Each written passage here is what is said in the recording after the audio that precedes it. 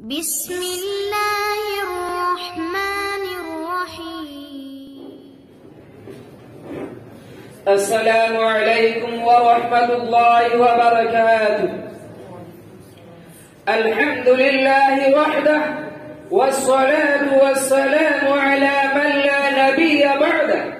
أما بعد، حضرة رئيس الاحتفال المؤقر وأساتذتي الأعزاء وزملائي في الدروس، إني أريد أن ألقي بين أمامكم خطبة عربية وجيزة حول الجامعة العريقة المشهورة سروليا مدرسة دار العلوم.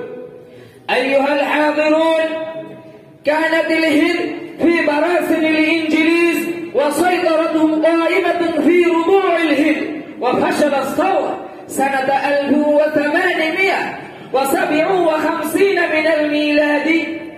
أيها الإخوة، وصارت المدارس الدينية والمراكز الإسلامية العامية خرابا خالية عن طلاب علوم الدين، ولم يبقى الوعي الإسلامي في نفوس المسلمين، وغشيتهم الظلمة والجهل، وتسربت في المجتمع البدع والخرافات التي قامت باسم الإسلام، وترك سنن الأنبياء والرسل عليه السلام.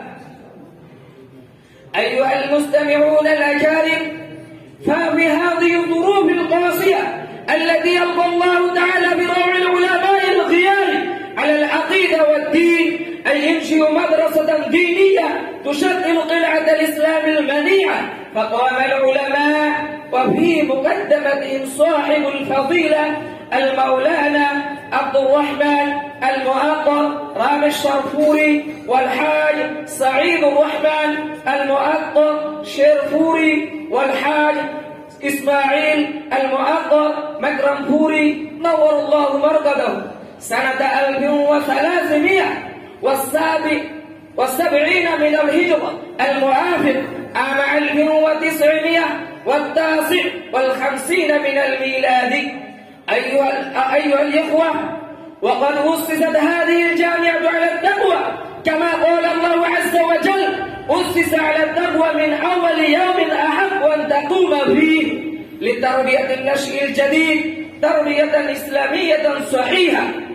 أن هذه الجامعة تعتبر حقا المدارس الأم الإسلامية الأهلية بمنطقة مرشد آباد بنجال الغربية الهند، ويتخرج في هذه الأيام من الجامعة كل عام حوالي 70 عالما من دورة الحديث الشريف.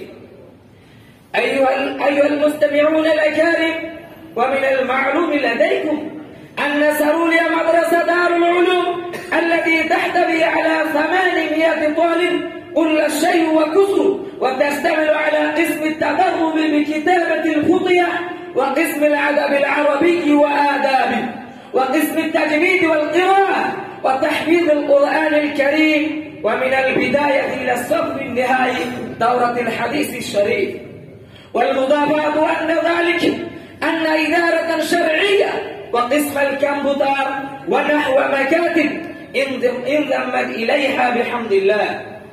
أيها السادة، وإن من مزايا هذه الجامعة أنها تمسكت بعقيدة أهل السنة والجماعة، وتعض عليها بالنواجذ، وتحترم جميع المذاهب الفقهية والأئمة المجتهدين والسلف الصالحين، وإنها تعتمد في نصيرها على الله تعالى وحده، وتسير منذ أول يوم على التبرعات الشعبية وحدها التي يقدمها المسلمون ابتغاء وجه الله تعالى.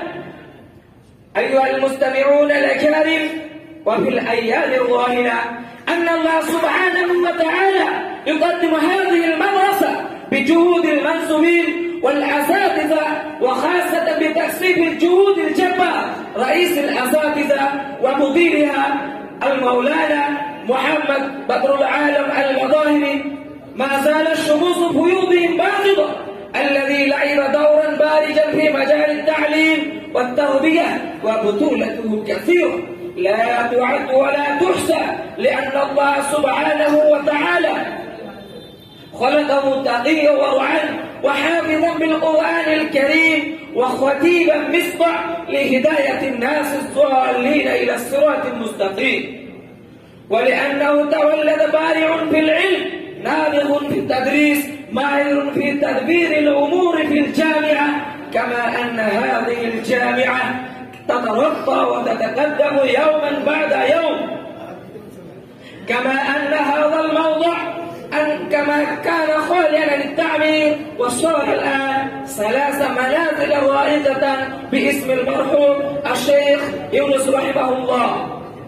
وهكذا أما منازل بهيجة ذات طبقتين باسم يتيمخانة، وكما أن مسجدنا كان صغيرا جدا وصار الآن كبيرا وجميلا بحمد الله. وما إلى ذلك ومن التقدمات الكثيرة المفيدة للمدرسة والطلاب، نسأل الله أن يلبس أثواب العافية وأن يضفي عليهم ظلال الرفاهية ويبقي هذه الجامعة إلى صبح يوم القيامة. آمين. والسلام عليكم ورحمة الله وبركاته.